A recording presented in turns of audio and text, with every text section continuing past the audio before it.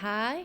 So this video we're going to continue from previous video, which is 4.2a.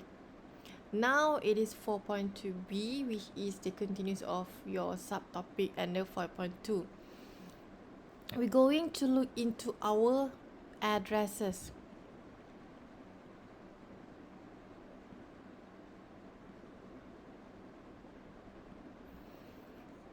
So number per instruction. Number per instruction is a basic design decision. You can see more addresses, more complex, fewer instruction per program, and more register. So if you have few register, it less complex, of course. More instruction than you can use, which is more instruction per program, and it's much more faster. So that is a little bit definitions about your addressings. If you have address more and if you have fewer addresses, what will happen? This one is instruction set address. So your design, if you design an instruction set, is very complex because it will affect many aspects of your computer system. The design of instruction sets. The instruction set define many of the functions performed by your processor. The instruction set of the programmer means of controlling the processor. Thus, the programmer requires must be considered in designing the instruction set. What will you look in this slide, which is the most important of the functions of these fundamental design issues, including your operations, your data type, your instruction format, your register and addressing. In your operation, of course, there will be several questions like how many operation, what can they, which is your operation, do, how complex your operations are.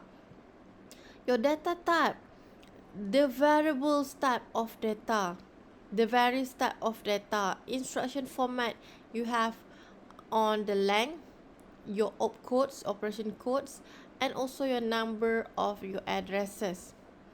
Under your register, how many and the numbers of CPU register that available, which operator can be performed which register, the modes by which the address of an operand is specified.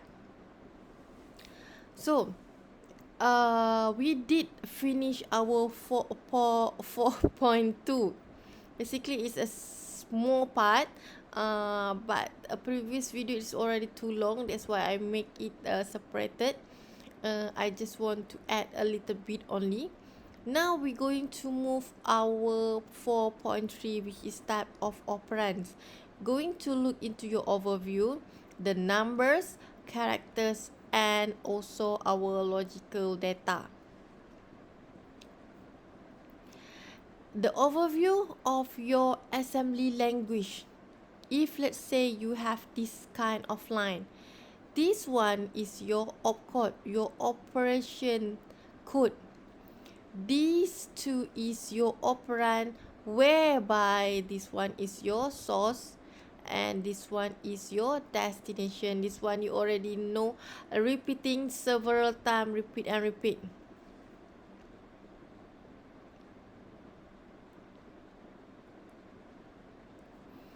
Now, animation instruction operate on a data. So you have several categories under your data. First, numbers, and then characters, logical data, and addresses. So this is under your data. After this, you're going to look into several ways how you're going to represent your data in terms of numbers, in terms of characters, or maybe it is a logical data or addresses.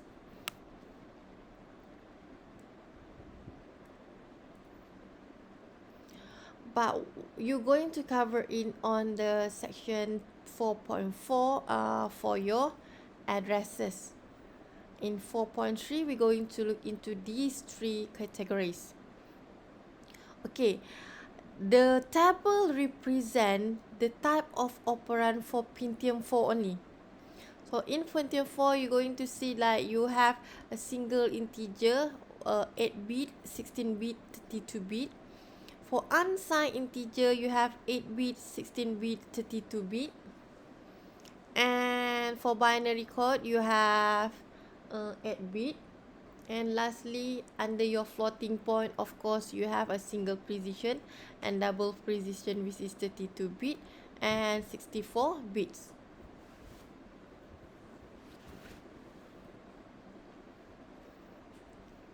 We look into our first type of data, which is this one, numbers. All machine language include numeric types, because normally you're going to sometimes you have direct, immediate operands. So you put the value of numbers. An important distinctions between numbers used in ordinary mathematics and numbers stored in your computer is the latter are limit to two reasons. First, there is limit to the magnitude of number representing on your machine. Of course, you're going to have a range limitations. And then you're going to see also the limit to the precisions if you are playing around with your floating point numbers. There are three types of numeric data. First is binary integer or binary fixed point. And then binary floating point. This one is integer, this one is floating point, and lastly on your decimal. Let's take a look how it's going to look like. Okay, this is your processor X86, which is 32 byte. Normally, numerals data type. This is for unsigned integer. If you are playing with unsigned integer, will be no problem at all. That's why it's going to be normal way of the form. You have 8 bits. You have 8 bits. You have 16 bits. So 16 bit equal to 1 word. 8 bit equal to 1 byte. And then you have 32, which is double word. This one is bit. And you have 64 bits, equal to quad words unsigned numbers. But when you have signed numbers, you can see that you will have the sign magnitude in front of the format of the standard. This is a signed integer. The signed integer are normally will be written into complement representation, and maybe it can have 16 bits, 32 bits, and 64 bits long. You look into the table, you have unsigned or 8, 16, 32. Now this one is under signed integer for numbering data. You will also have where is it? Okay, floating point. You can also have floating point value of numbers for your data. So how it's going to look like? You already learned on single precision. So how it will be occupied? How many bits for your sign? How many bits for your exponent? How many bits for your significant? and double precision also. So everything over here is just an example, and do some recap back on what you have also learned previously under 14 point.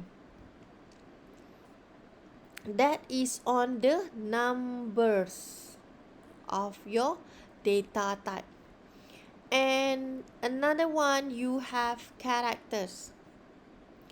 Characters are common as a text of data as a text or character string. It depends. And normally you are using ASCII. This one you already learned in your DL, digital logic subject. And another code that you can use to encode the characters is EBCDIC. Maybe it is quite new term for you, and it's used on the IBM mainframe. So there is two characters that you can use. First is ASCII and then another one EBCDIC. And this one is second type of your data, and third one is under your logical data. So what is your logical data? Normally each words or other addressables unit, which is like byte, half words, and so on, is treated as single unit of data. So if you have 0, 1, 1, 1, 1, 1 H, let's say 1, 2, 3, 4, 5, 6. Okay, you have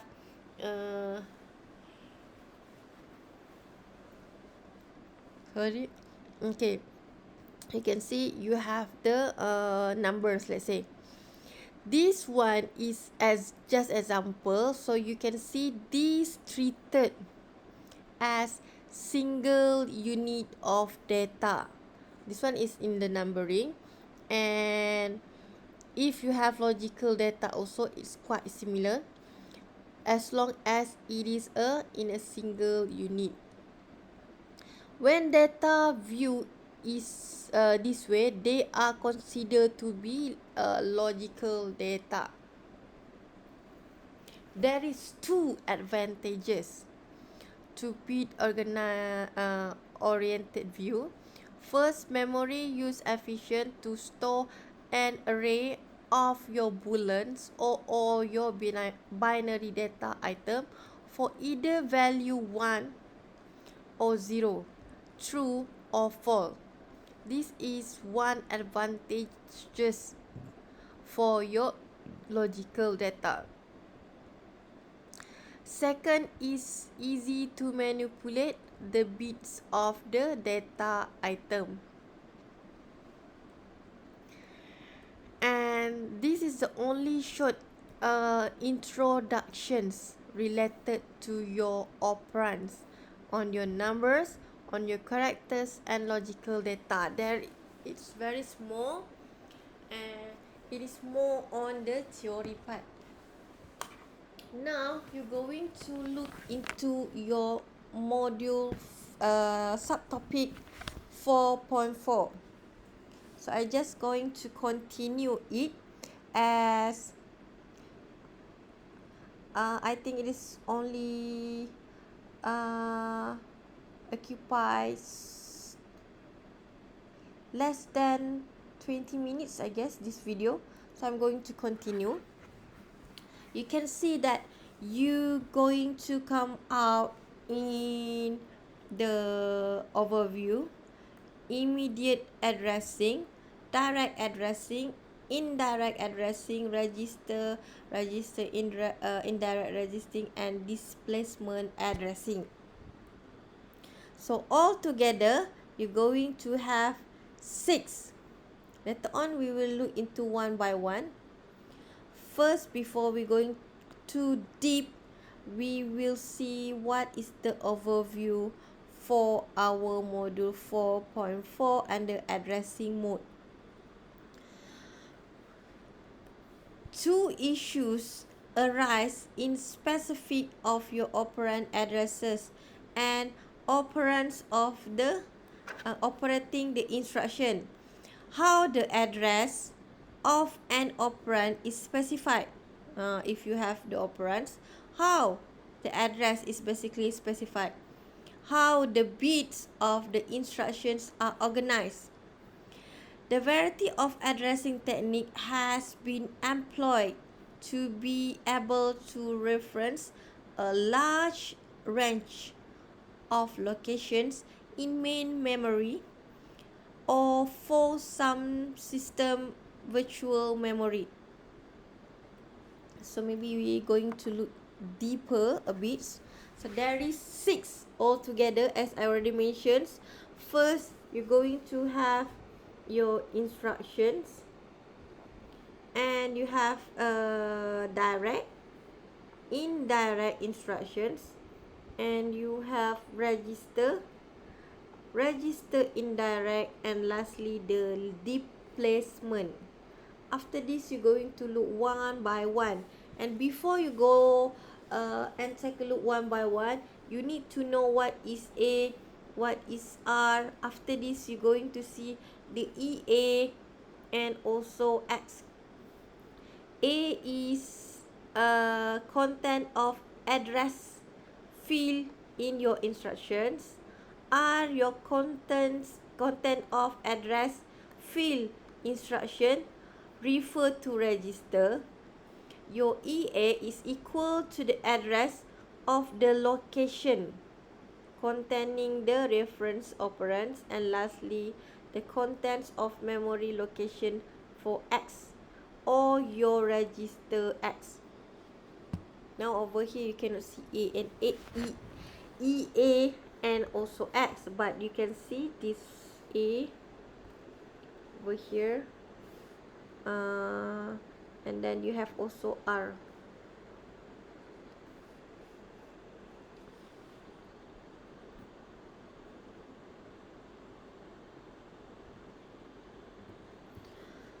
Okay, first is immediate addressing. Kita dah tengok contoh dia. We already look into the example. And let's say you have operand is A. So this operand directly be the immediate addressing for your instruction. So the simplest form of addressing is which operand value represent in the instruction. So this is the simplest way, simplest versions if you want to represent your addressing, form of your addressing. Can define and use constant or set of initial value of variables. So what is the advantages and disadvantages? Advantages is you save one memory or cache, no memory reference other than the instruction fetch is required, which is more faster. But what is the disadvantages is the size of number is restricted to the size of the address field. So if you have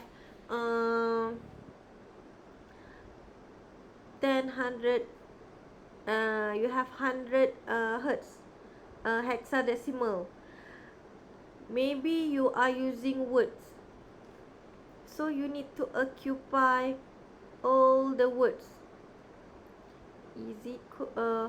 Is it already occupy or not? So this one is what, and if let's say you have double word, so you need to add all just to make sure the size is similar to be occupied in your addressing field. Second is your direct addressing. So you can see direct addressing. If you have instructions for your address, then you're going to see, you will pointing out to your direct address. This is the operands inside your memory, which is the value of your operands inside. And the address field contains the EA. What is EA? Effective address of the operand. What disadvantages and advantage of this direct address? Advantage-nya, it is require only one memory reference and no special calculations are needed. Next is your if provide only one limited address space. It provide only limited address space. So that is disadvantages. Now you can see the example for your direct address. Yeah. For your direct address, you can see this is the example. If let's say you have instruction and then you have the address and register.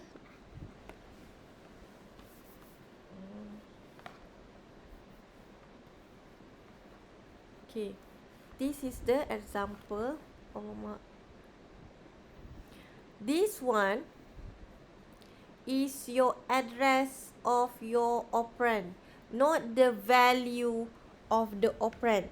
So please make sure if you have I give you example like move EAX. You have this symbol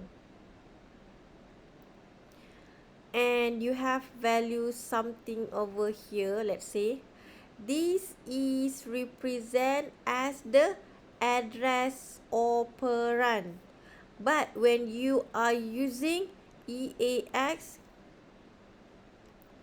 and then no bracket there, so this is immediate value, you direct put it here. But when you have this symbol, it's showing you inside is your address operand. So when you have, let's say 0000000001 until over here is 1011. So you look into what is the value inside. So let's say you already save in your memory, it is 28 hexadecimal. And this is basically what happened if you have the register of EX. It's equal to 28H because inside here there is a value. But maybe existing you have the value of AX 10 hertz, hexadecimal, not hertz. Then you need to add this value, which is 28, with the existing value inside the AX. When you add all together, you will get 38 hexadecimal. Okay, easy, right? Please try to do until you fully understand. But basically, it's the different only at this symbol. Oops. Because normally, previously, you did not see your address. So now you're going to look to address and you will tag the value store on that address and you will tag it into the AX. What you need to do, there is an activity. Please start to do your activity for your Visual Studio. You can see retype the next following coding from your example 5 5-12. Then proceed with these two tasks. You need to execute without debugging, and you need to do also the debug F10, which is step by step. Okay, please try to copy this example number 5 until 12 later on. So first example, this is under direct addressing. Direct addressing, you have the normal data definitions that you have var and then byte, then hexadecimal, you have array 1 and then words, and you have several value. So what is basically happened, last time we already learn how you're going to store into your stack, into your register. Let's say you have 0, 0, 0, 0, 0, 0, 1, 0, 2, 0, 3, 0, 4, 0, 5, 0, 6, and etc. Depending on how many that available. First, you're going to see you have byte. Byte occupy only one byte. One column over here, you have 1, 0, isn't it? Then you have array words. Words, you're going to have 2 bytes. The value is 1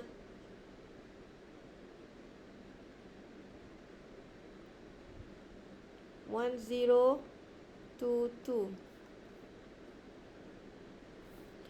1 0 2 2, and after this you have 11, which is 1 1, and you have 0 0. Why it is a 0 0? Because your 1 1 over here is not enough for a word. That's why you need to add words. After that, you have D word. For your D word, you can see you have 3 2, and then 1 0. You have another 2 of 0 0 0 0 occupy of your double word, and you will continue with the value of 3 4 0 2 0 0 0 0 for double word. Now, okay, now you can see this is on this part when you move it into register, which is you store into your memory. First, you're going to do your VAL1. Your VAL1 going to be stored in your AL. So you will see your VAL1. First thing you can see, this is under byte. Okay, then you know the size is byte. You will see this value, your VAL1. So you just store into the AL. AL equal to 10 hexadecimal. Then you have move array 1 to your BAX. Your BAX, you need to check your array 1. It is a word. You have 2210 H. Okay, then you have another move. Sorry, over here. Another move. Is it? Okay, this one. Another move, you have array 2, and then you put the inside ECX, sorry, ECX. this is under your array 2. Where is your array 2? This is your array 2. You can see you will take 1, 2, 3 hexadecimal, but mostly there will be several in front because it is a double word. Then you have dumb register, so no need for me to explain again because we already learned in our previous class. That is under your immediate addressing and also direct addressing. Now you're going to look into indirect addressing. Under indirect addressing, you can see you have the solution for limitations of the address range in the direct address to have the address field addressing. How you going to show it? What is the advantages and disadvantages? No particular advantages. Tak ada kepentingan langsung. And there are 3 or more memory reference could be required to fetch the operand slower. So it's going to make it slower. So this is how it look like, which is indirect address. It will point up to something, but at this address, let's say 0007, just now if it direct, you're going to pick the value from here. But because it is indirect from this one, maybe you have another instruction to be to your operand, to another value of addressing. So you will move up. So look in A. Find address A and look there for operand. What you need to do, you need to copy this, and then you need to see the result. So now you will see a different kind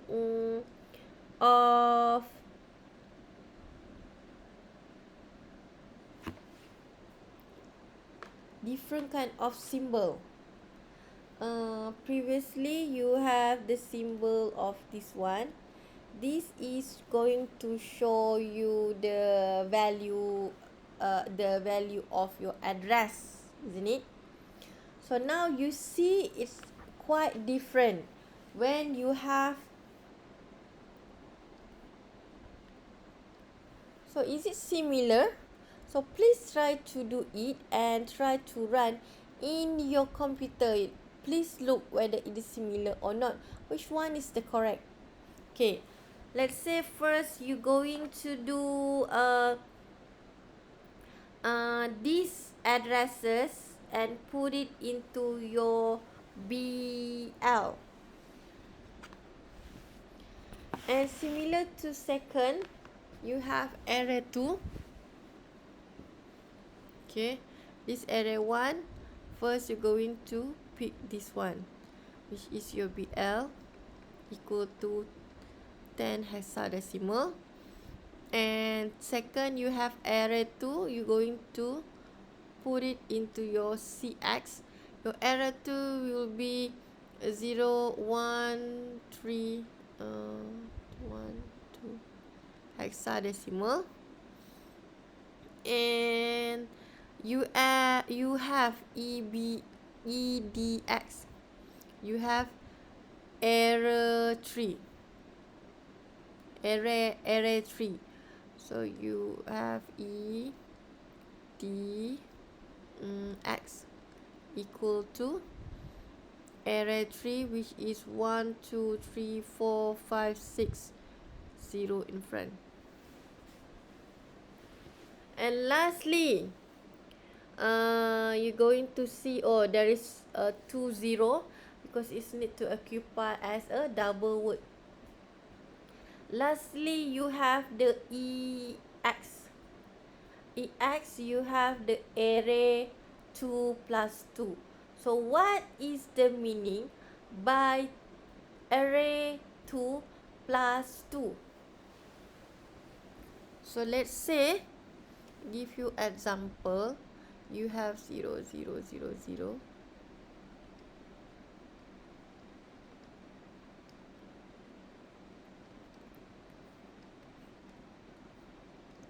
You have something value over here.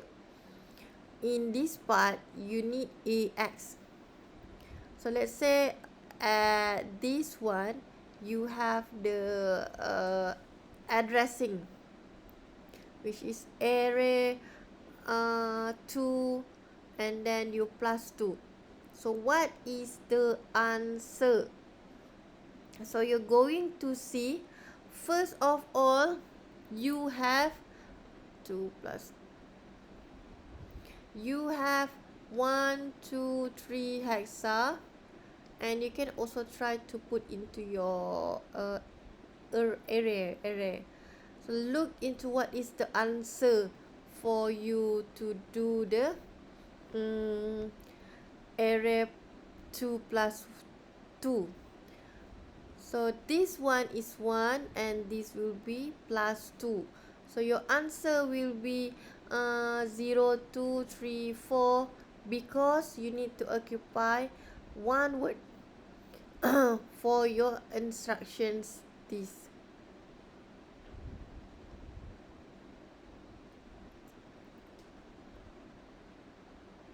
When you compile, please check your answer.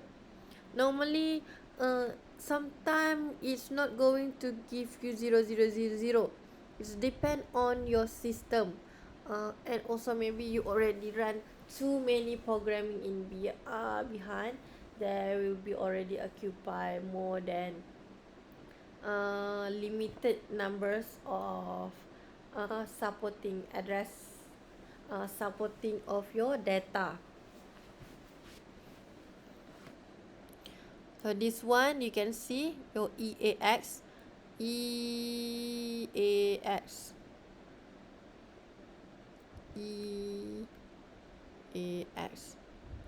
have 4302 and then another one is 000, depending on your address already.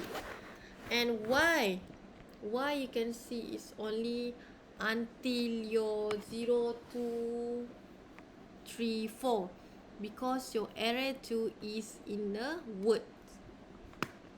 So if double word, you're going to make it much longer. Please try to do this exercise 4.4. 4.4. 4.1. Wait.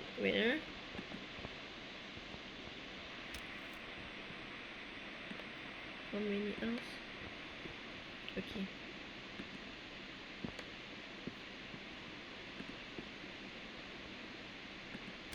Okay, let's say over here you have the instructions given. So what will you do? This one you done it previously, how to put into your data stack. You have the offset and also the value. If it is a array 1, it will be a bit, it's going to be 10, and then I have 23, 01, 34, 20, and 56, 34, and then 1, 2, 1, 2, 1, 2, 3,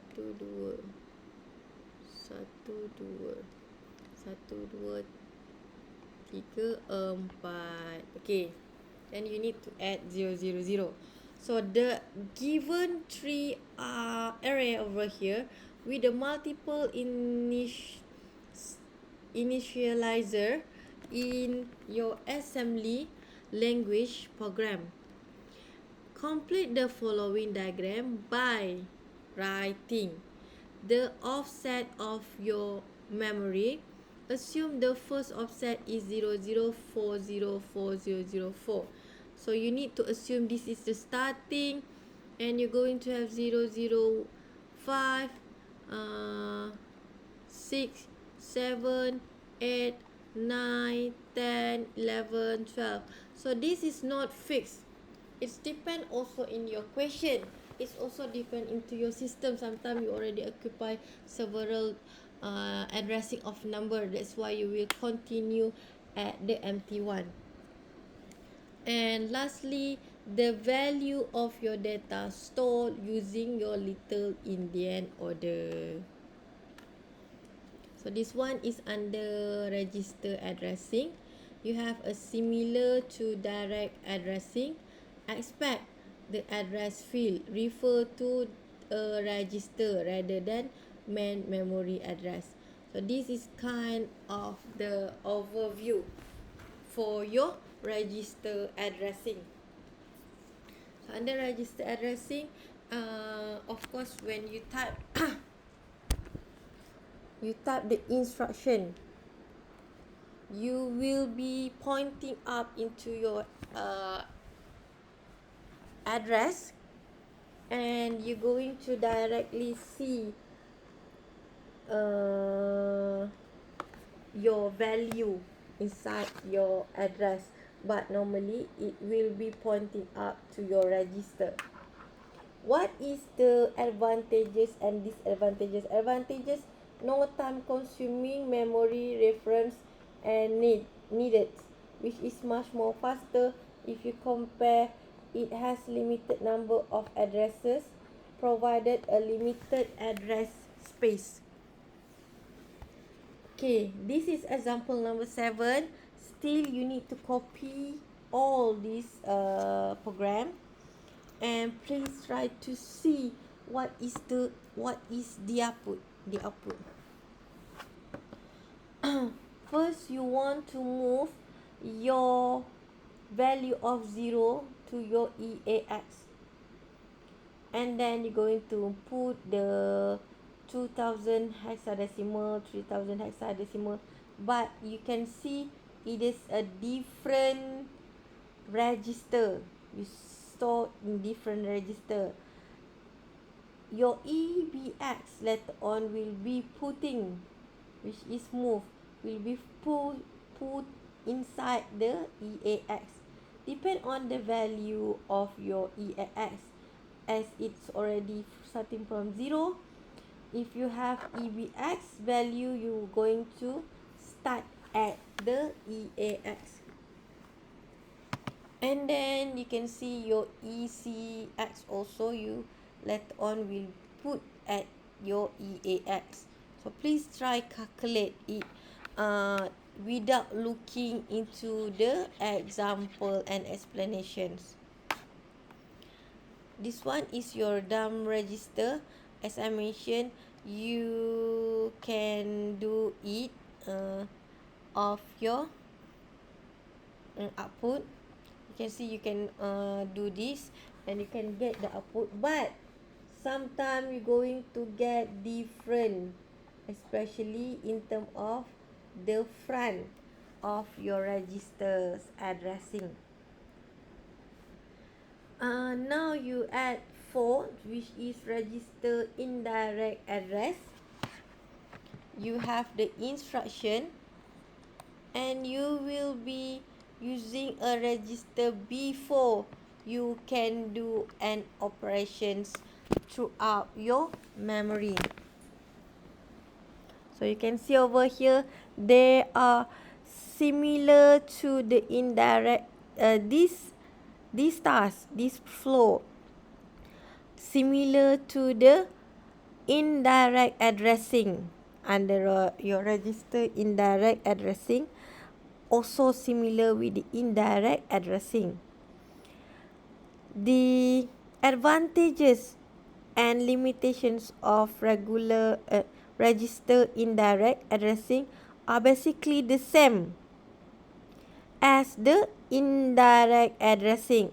So this is the limitations and also advantages. Habislah saya punya.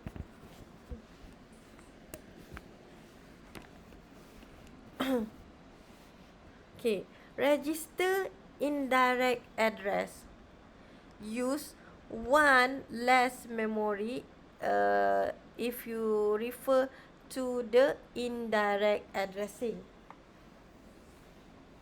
So now this one is the example. You will look into the offset. See at the green color over here. This is the address of data that stored in register. This is the address, not the value. So you have your offset, and then you have the array 1, which is byte, array 2, which is word, and so on. This one I still not do the stack table.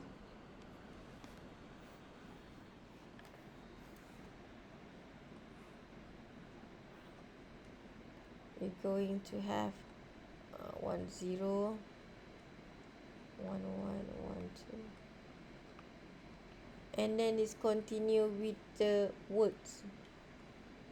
You have 23 01 and 34 02, and you have the process of move ESI from your offset under your array 1. Address of the data that stored to the register inside the offset. This is the beginning. Then before you start, you're going to see some view. Now you have the offset. That's why you're going to put the offset value to your register. This one is by default 040404. So this one is your dumb register. Okay, you have example 8, example 9, example 10. Lastly, until example 10 only. Okay, that's all the example I'm going to discuss in the class. So the one that like more to theory I'm going to share in the video, in the class, but it's going to be hard if let's say all of you are asking a similar question. So under address relative addressing, you can see you have also called the PC relative addressing. That's implicit reference register is the program counter, or PC. You have R equal to PC, EA equal to A plus PC. The next instruction address shown in the PC is added to the address field of produce EA. What is the meaning by this? So this one is shows in the PC, which is next instruction address, and this one is of course the value, and this is your register. Example number 10. Displacement your addressing, relative addressing. If you have this kind of example, what will happen? What will happen to your offset, to your addressing? So over here you see the example, but you need to also try to run by yourself using all the code and play around it and find. Let's say like this, you're going to copy it and run it into your VB. We're going to discuss it in a class. And now you look into your best register addressing. This is the standard form. What is the purpose is to a whole displacement, and then you have R whole pointer to base addressing, and R may be also explicit and implicit. This is example number 11. You need to see on the representations how it's going to be typed in your source code. This is under your best index addressing. This is your best index addressing, and also this is your best addressing, which is EBX. So when you have, okay, this is different kind of type. Okay, when you have offset array 1, so you need to see array 1. This is your array 1, but you are trying to pointing the value of your offset first. So your offset is maybe by default you are getting this kind of value. And then same goes to your EBX, AX, CBX, X, and so on. I also already share in the class what I did for the data.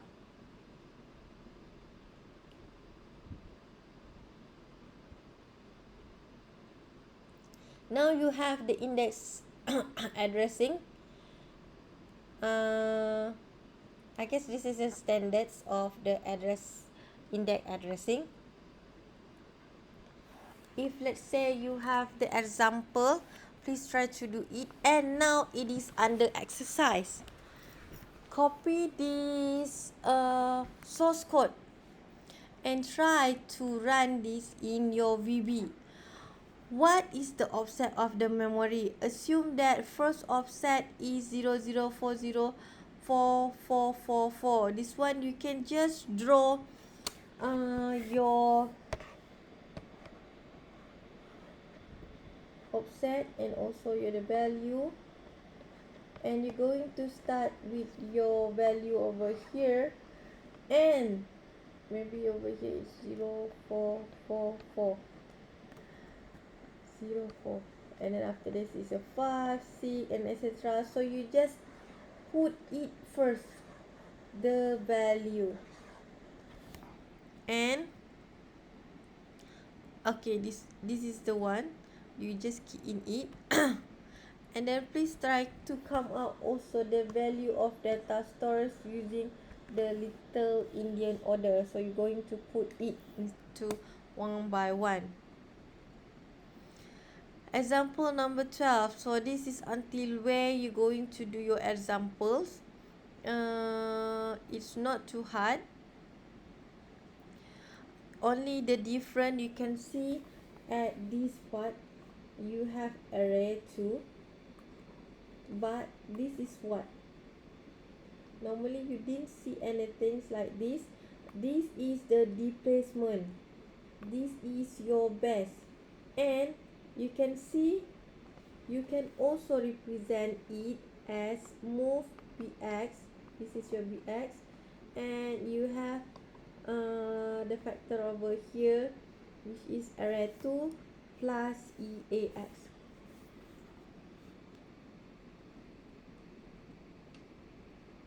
So you can try to do it one by one. In the EAX, you're going to see it will put inside your array 2 your EAX value. So your EAX value, what is the starting address and so on. But over here it already shows it is a 0. That's why this is your answer.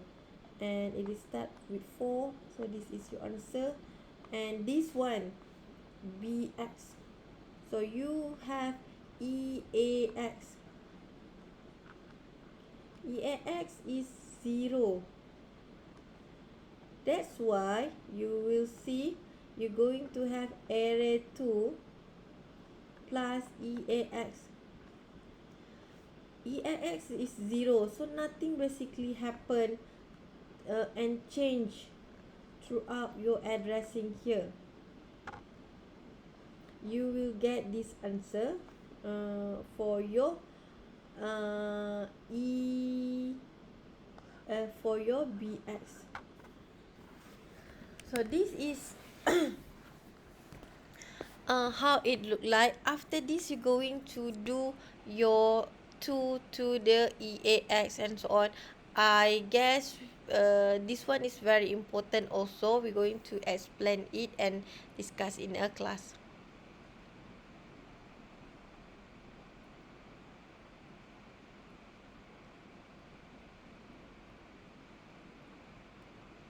Slownya.